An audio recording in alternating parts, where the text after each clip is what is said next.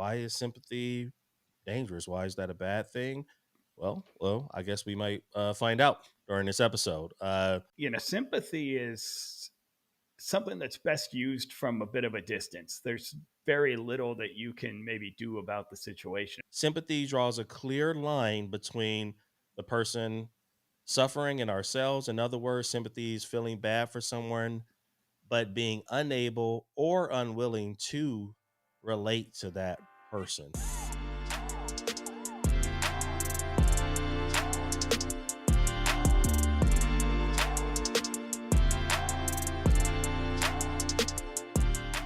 Welcome back to the Art of Advocacy, the art of empathetic communication. I'm your host, Jason Crow, and I'm with my co host, David White.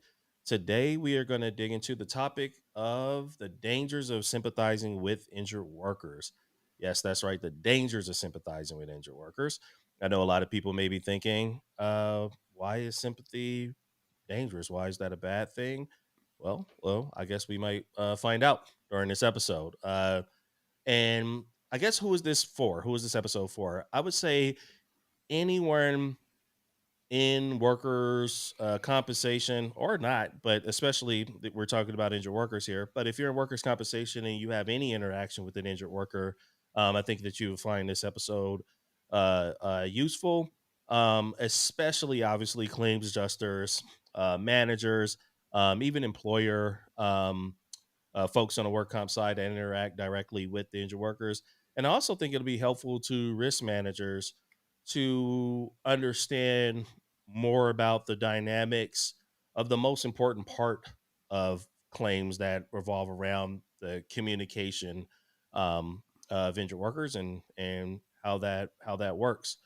Um, in this episode, we're gonna go over the definition, like what is sympathy versus empathy, kind of some of the pitfalls of over sympathizing, and also like how to use uh, empathy in the correct way. So, I guess starting off, let's talk about what is sympathy and what is empathy, right? So, in short, sympathy, by definition, and this might be the textbook definition, is feeling pity or sorrow, or sorry for someone, basically. That's pretty much what sympathy is. Um, Empathy, on the other hand, um, is more of like the understanding and connecting to the emotions of others. Um, and there's a big difference between those two. They're subtle. A lot of people think of them as degrees of the same thing, but I like the way that Renee Brown kind of defined sympathy that better separates it from empathy. And that's that sympathy draws a clear line between the person suffering and ourselves. In other words, sympathy is feeling bad for someone, but being unable or unwilling to relate to that person. Right. Um, and I think that's a really good definition. And with empathy, empathy is like connecting with people, so they're not alone in their struggle, right? It's a way to connect to the emotion of another person who is experiencing it, right? It doesn't require that we have experienced the same situation, but but we can still connect with them on that emotion that they're having. So that would be how we would set up the stage for what the difference of understanding that difference between sympathy and empathy. That's really important for claims adjusters, um, for several reasons. One is so that you don't fall into like the potential risk of confusing the two. I think often is they're interchanged a lot, and I know uh, David, I can see you kind of shaking your head a little bit that we obviously have seen this a lot where even in our own organization are talking to injured workers and hearing about their experiences that you can tell that the sympathy and empathy are Yeah. getting confused, right? Um, So if you Oh, the yeah, potential just that risk, yeah, it go ahead. You have something confused to or add there, maybe just not well defined. or no? Yeah, That the person employing it just doesn't um, uh, kind of understand that there's a yes, deeper level to get to, that that is a skill to work on. And once identified, then you can start to avoid some of the potential risks of over sympathizing. Um, but I think you were gonna get into some of those risks factors. absolutely. Yeah, yeah. Yeah, no, absolutely. Yeah, that makes a lot of sense, especially the skill mentioning there. Yeah, skill is kind of empathy like based and sympathy isn't. So that's another kind of distinction there. Um so some of the risks that you fall into when you confuse the two is like leaving the injured worker unhelped, feeling like you did something for someone when you really didn't, right? We could feel like pat ourselves on the back, feel like, oh man, I really like let that person know I feel bad for them, that's what you should do when someone is going through a struggle or upset or whatever. You feel like you connected with them through that, causing the injured worker, and when you didn't, that's the risk. Causing the injured worker to fall deeper into the woods. Right. We every claim professional that has dealt with an injured worker knows what I'm talking about. When an injured worker is kind of out in the woods, and your job is to kind of guide them out of that back onto the road, to whether it's recovery, understanding, whatever it is. When you're utilizing sympathy, when you're leading with sympathy, you can actually be causing them to go deeper in the woods and not understanding why, if you're confusing the two, or it completely go over your head that is happening at all. You also risk losing credibility with the injured worker. Um, and you can, like, I think the worst thing is unintentionally cause the injured worker to lose hope that their problem or their something about their situation can't be changed. It's a video on the RSA YouTube channel. It's Renee Brown on empathy is the title. If you like study or read about empathy or anything, Renee Brown is like one of like the expert, right? So it's a great video. It's Renee Brown kind of talking, and there's somebody RSA did an illustration to illustrate one of her TED talks where she's talking about the distinction between empathy and sympathy. I mean, I'm gonna make this short. So there's basically a little fox that falls down the hole. They feel alone. They cry out, "Hey, I'm stuck. I'm alone." They feel overwhelmed, right? There's a bear that climbs down a little ladder, puts a little ladder down the hole, climbs down. It says something like, "Hey, I know what it's like to be down, to feel this way or be down here. You're not alone," right? And that statement is a statement aimed at like you were connecting with that person on their emotion, right? Um, and as an alternative to show sympathy, there's like a deer or some, I think it's a deer. They don't even come Yep. all the way down the hole. They just kind of stick their head into the hole. They're kind of eating the sandwich casually as they're looking down in the hole at the person that fell, the little fox that fell down. And whatever the fox kind of complains about, the deer kind of responds with the at least, right? And like if they say, "Hey, my son just got kicked out of school," and the deer is kind of like, "Oh, at least your daughter is a straight A student." And the error there is the deer is trying to paint a silver lining, and they illustrate this around their dark cloud. You're trying to help them with some sort of statement see the brighter side of things, and that is kind of the opposite of what the bear does, right? Like when there's an obviously kind of disconnection, you're not really connecting with the actual emotion that the person is feeling with sympathy, and with empathy you're directly doing that. And I just think this video, it's like 2 minutes 35 seconds, like you definitely should check it out. If you're ever confused or need to know the most entertaining way to understand the difference between sympathy and empathy, that is it.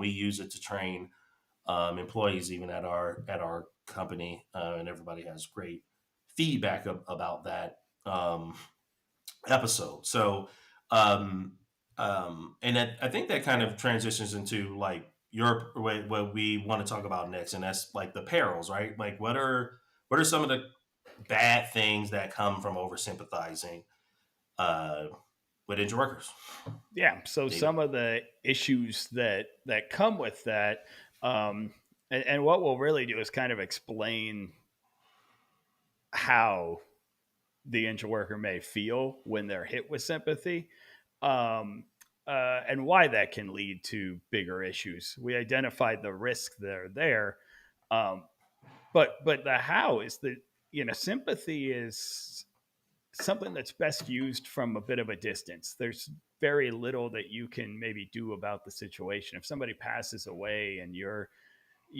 thousands of miles from them, but you do want to do something, you may send them, oh, my dearest sympathies or something like that, because there's not much you can do, or at least you don't feel like you can do, or it would be a greater thing. Um, but we really don't have that uh, uh, uh, position or that role as a claims administrator who is guiding the injured worker through the claim, or who's administering the claim for the injured worker. Um, Usually, when we see it in workers' compensation, it's not something people think they're going to sympathize with, and that's what they go into. And I don't want to actually be helpful. I'm just going to be sympathetic today. So that makes it Right. a little bit even more difficult to say, okay, I'm going to identify this and make a choice, that I'm not going to fall into the kind of negative consequences that can come out of sympathy. um, those negative consequences, and they're almost always unintended. Um, Absolutely. but one, people don't think that sympathy can sometimes be received negatively, particularly if the injured worker, or anybody really, feels that you are looking down on them or pitying them. In Renee's video, it's the visual of it is very evident that the bear goes down to the fox's level to say, "Hey, we're together here." And in the deer or elk or horned mammal Something with animal, antlers, right? antlered mammal, um, um, while kind of being a sympathetic person, is looking down on the fox and saying like, ah, man, it sucks you're in that situation. Um, but never getting to that level and being on that same emotional state. Um, and by doing that, you can add emotional weight to an already difficult situation. So an injured worker who's already confused, now they're, could be told, yeah, you should be confused in this really difficult situation, and now they have even more weight. Man, the adjuster even thinks I should be upset about this. The other thing that really employing a highly sympathetic approach to communication can do is detach you from the injured worker. And the same kind of visual there, going down and actually making a connection, um, versus looking at it from above and saying, okay, I can send my note and I don't have to do anything else now. I can identify that at least you're not, uh, at least you're getting temporary disability. I know you want to work, but at least you're getting temporary disability. Um, Detaches you from further communication there, which kind of gets into the next point. Another danger is that you do detach yourself and then you don't actually allow for greater revelations to be discovered. Um, in that situation where somebody's off work, maybe they did talk to their doctor about that. And maybe modified work is something that they want to consider. But you don't know that if you just, well, at least you're getting TD. Right. Injured worker probably clams up then and is like, oh, okay, well, I guess if that's all you can do to help me, I don't know. Do I need to look for somebody else to help? Maybe. Um, and that does both the detachment and the kind of not getting into a deeper connection. Both of those can lead someone to feel alone in their claim, feel like they can't handle the claim on their own, and can lead to litigation. Let me find somebody who can make some of these choices for me. I don't have to think about them as much. Perfect. I'm just going to go that route. Um, Especially when it kind of can pile on that, like, yep, this is another one of those tough situations. Yep, this is another time you're going to have to make a tough decision. Um, they can start to think, okay, can I do this by myself? Am I going to get the guidance that I need here, or do I have to look somewhere else? And I think that all. Yeah, I wanted to jump in on that. Oh, sorry. Go ahead. Yeah. Go ahead. Go ahead. Go No, ahead and no, no. finish your point. Oh, I was just gonna say Yeah, that all no, kind like, of go ahead. it all kind of culminates in sympathy. Really doesn't build trust. You're not in a position um, where you can help the injured worker understand their claim or how to make a resolution or how to decide certain things, um, because all they've really experienced is a connection that you feel bad for them. You understand that this is a really tough decision, but they're not actually armed with anything or guided in any way where they feel like they can make a decision. And really, it's a missed opportunity to show the injured worker that you are there to help, that you can control, that the injured worker can control their claim, and together you can work on this situation. Um, we totally miss that opportunity and end up in a situation of, okay, I feel bad for you. Is that enough? All right, I'm going to go get lunch now. But Jason, you wanted to jump in. What do you got? Yeah, no, yeah, because when you were talking about like the detachment from the injured worker, it goes into like the trust part too. Like I know sometimes what we see, just to make this, because I used to be a claims adjuster and I saw this all the time. Um, the detachment from the injured worker, there's detachment from the injured worker, detachment from the situation. One of Mm-hmm. them is like good actually, and one of them is kind of bad. And I think people don't realize that this happens a lot. So, like for example, I remember somewhere that I was training before, they would say things that the injured worker really is having a hard time, something crazy going on in their life that's making their decision making process difficult. Like they would get very like emotional and say, "Oh, I really want to help," and then just pause, and then that's it. Mm. And in that situation, like they're attached to the situation, but like kind of detached from the injured worker, and it gets into they fall into those things that you were talking about, and you really kind of need to reverse it. Like not completely detached from the situation, but connect, find it's kind of going back to what like the bear example, right? Like, hey, I understand. Or sometimes you don't know what to say. Hey, wow, I really don't, um, know what to say in this situation, but I'm glad that you shared that with me. Or hey, I am here with you. This sounds like this must be a really really difficult time for you to make any important decisions. Um, but I'm here for you, right?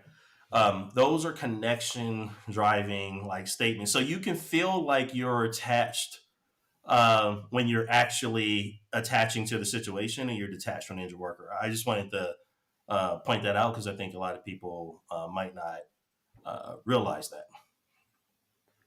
Right. Yeah, for sure. And I think that's really kind of what we want to make sure is like we said before. A lot of people wouldn't think that this is an issue. You're saying that I really want to help you, so that the injured worker thinks you really want to help. Um, but these things do have consequences, and that's kind of what we went over. So I wanted to give kind of a quick real life scenario, and I try to do kind of a pretty simple one that comes up on a decent amount of claims anyway, where somebody gets a UR denial for a requested Oh yeah. surgery. And let's say injured worker just calls in.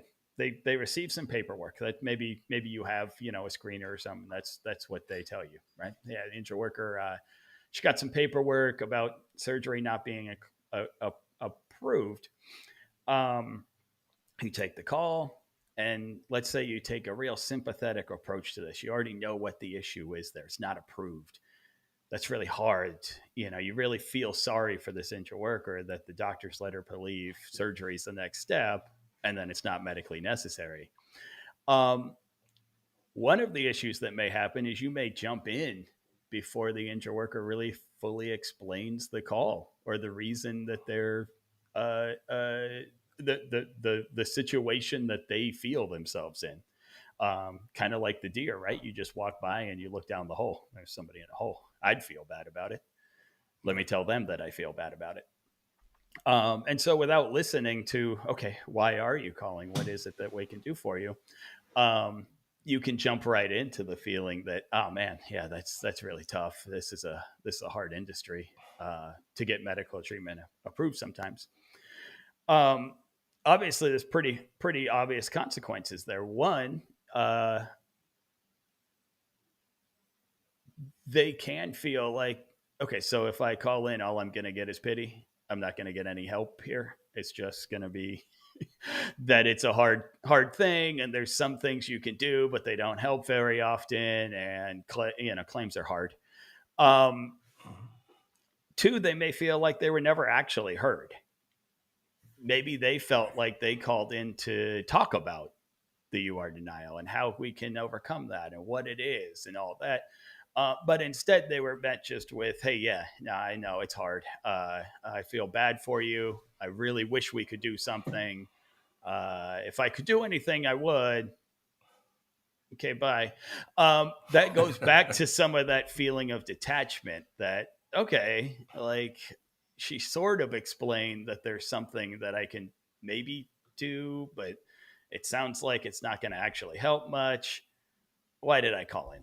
Um, Third, we weren't able to reveal any deeper truths. Maybe this person knows that their doctor is moving forward with surgery a little prematurely. Or maybe they've known all along that they don't really want to have surgery with this doctor anyway, or that they don't want to have surgery at all. And by not being empathetic, actively listening to the situation, to the feelings that they're having, we completely miss out on that whole thing. And then finally, we lose an opportunity to build trust through a greater connection. By feeling pity instead of trying to understand the current feelings, current situations, we don't even get to really a point where we can offer possible resolutions. Maybe this person wanted to settle their claim. Maybe they called in because they're like, this is, I didn't want to have surgery anyway. I told him I didn't want to have surgery. He requested it. Now it's not medically necessary. I don't even understand why we're still going. But you completely lose out on all of that saying, yeah, I'm sorry about that. And then, kind of just staying there. I think in this situation, a sympathetic approach, at best, the injured worker feels like, okay, maybe they care, but they're completely unhelpful to me. Um, and now I need to either research more on my own to help myself, or I need to find somebody who's going to advocate for me. At worst, they feel like there's nothing I can do. When I call in, I just get pity. I just get told that they're sorry, and nothing ever changes. This is the second, third, fourth UR denial. This is the second time they've been late on TD. Every single time, it's just, oh, yeah, we're sorry. Oh, you feel bad. And for anything to change, I think I might need to have an advocate or I need to have an attorney. Um, so that's kind of the big problem there, and being able to identify. I'm I'm not actively listening right now. I'm thinking about how I would feel in her situation instead of knowing how she feels by asking. Um, Mm-hmm. it leads to these issues where you actually are further detached from the injured worker, and you're in a position now where the injured worker doesn't find you helpful. Um, So, as we alluded to before, there is an alternative to sympathy. Jason? Yeah, yeah, using empathy, right? So, how do instead of doing things that are just sympathetic, which are just by definition not actually like helpful, right? Like, are not like connecting with the person. So, instead of doing things like, hey, oh, I feel so bad for you. I really wish I can help. I really want to help you. Um, that sounds horrible. um, those kind of things that are sympathetic, we say use empathy instead. So the reason why is that empathy, I guess the cut it short, like sympathy drives disconnection and empathy drives connection, right?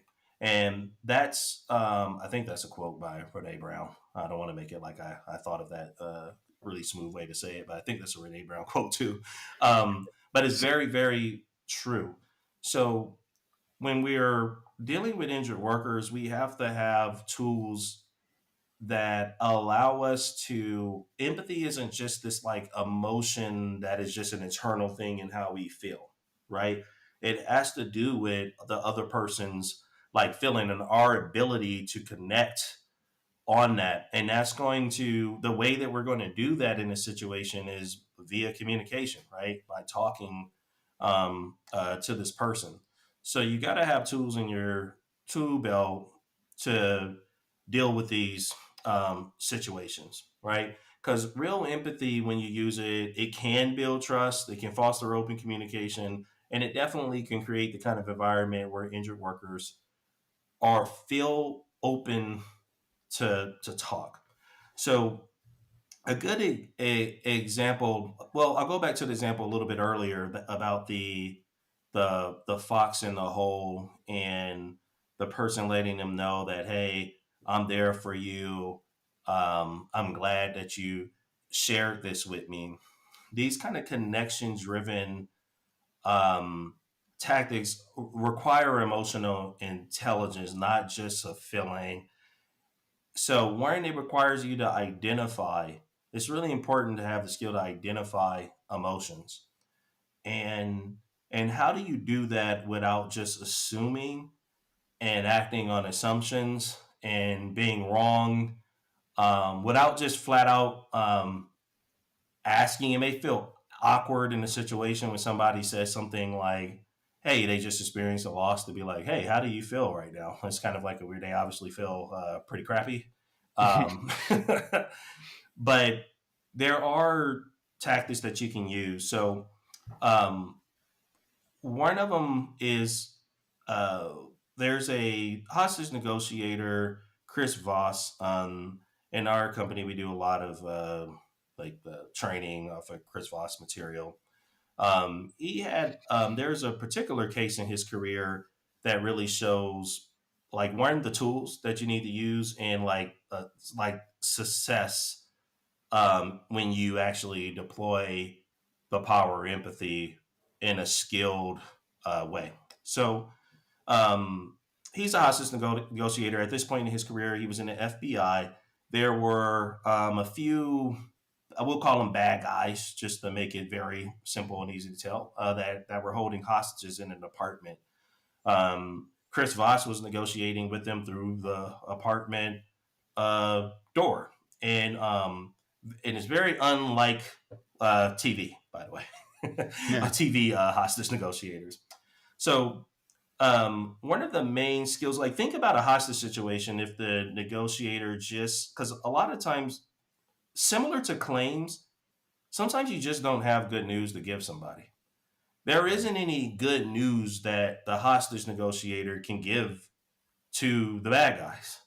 They're not going to be like, hey, man, you know what? We could get you a get out of jail free card if you just drop the weapons right now and that sort of thing. That's not happening. Somebody's going to jail for holding hostages. um, and and sometimes in the claims environment, you you there sometimes a body part is denied for a good basis and a good reason. Um, and there isn't positive news that you can give someone. And so, how do hostage negotiators, when they never have magical words that are going to make somebody feel better, or the things that they really want to hear, how do they successfully get people out of those situations? And it's being masters at empathy, absolute masters at it. So, one is identifying emotions. All your communication is geared towards building connection with that person, helping them understand that you understand. how they feel, which creates an environment for them to tell you more, to talk more about how they feel. So, for example, Chris in this negotiation would say things like, "Hey, it sounds like you don't want to go to jail," or "It sounds like this got out of control really fast." And then this is based off of the conversation, right? And that leads to statements from the bad guys like yeah, we were just supposed to come in here and grab a few necklaces and leave.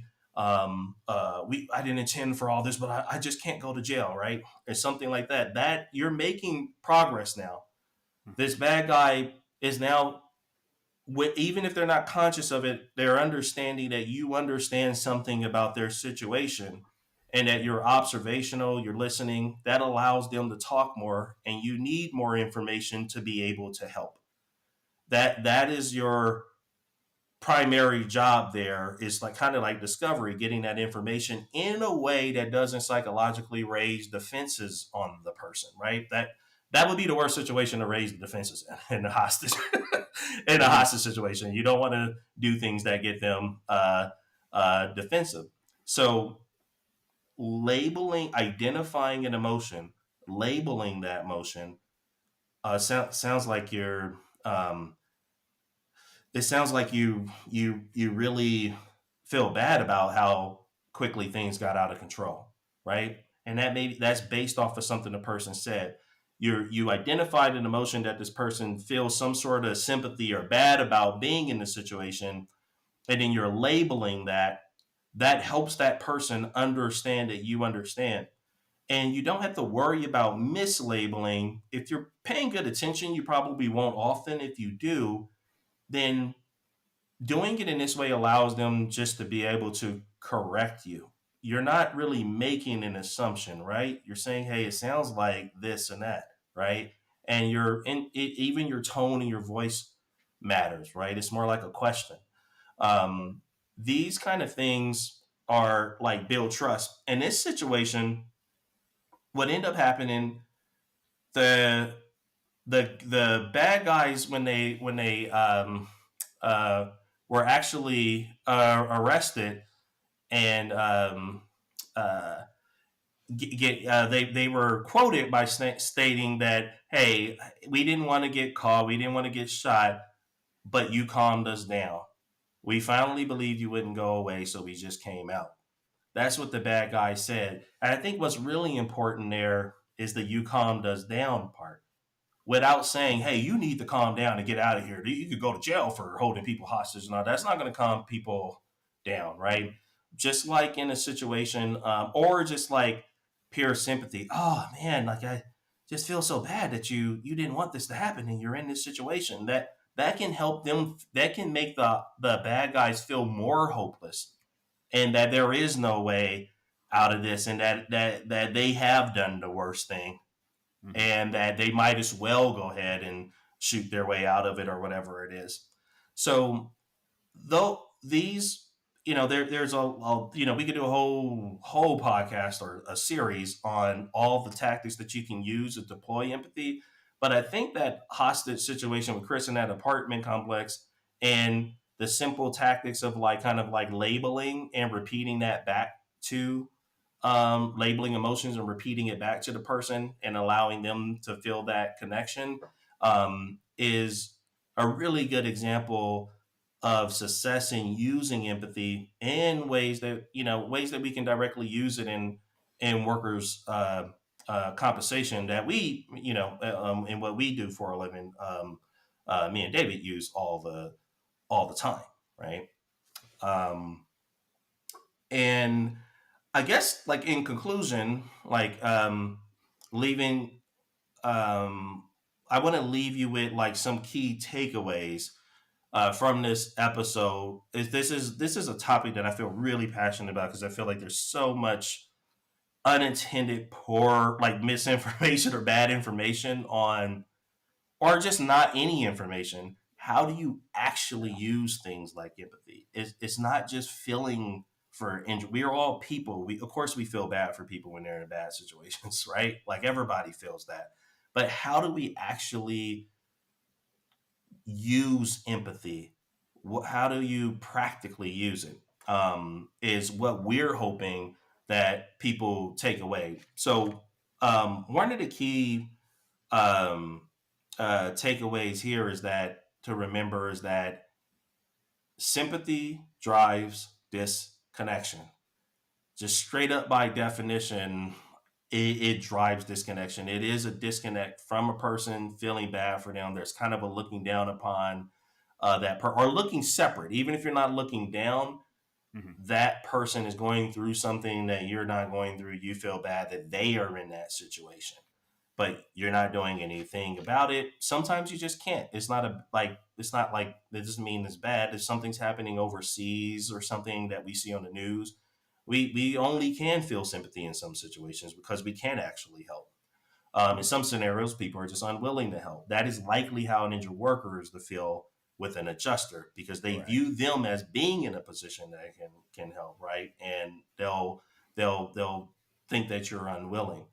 Um, um, the other key takeaway is that empathy is more than just an emotion. Um, it's an action, right? Um, it's something that you do.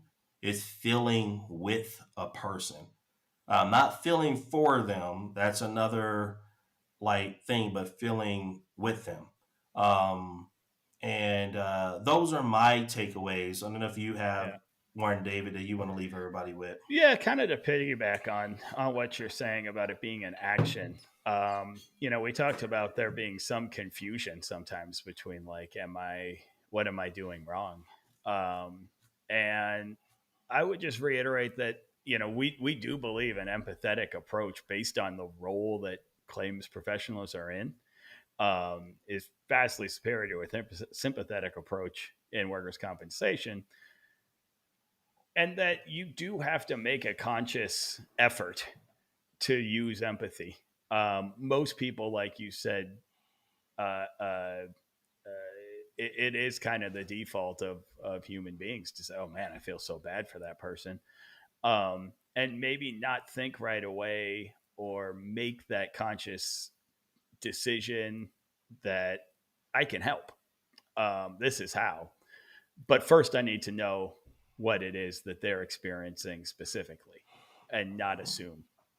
And so that's what I would really like kind of leave everyone with is that make that conscious decision to use empathy. The next injured worker that calls in with questions or misunderstandings, make an effort to say, I'm going to understand everything about what their current situation is, and I'm going to get on that level and help them through this and let them know that that's what I'm doing.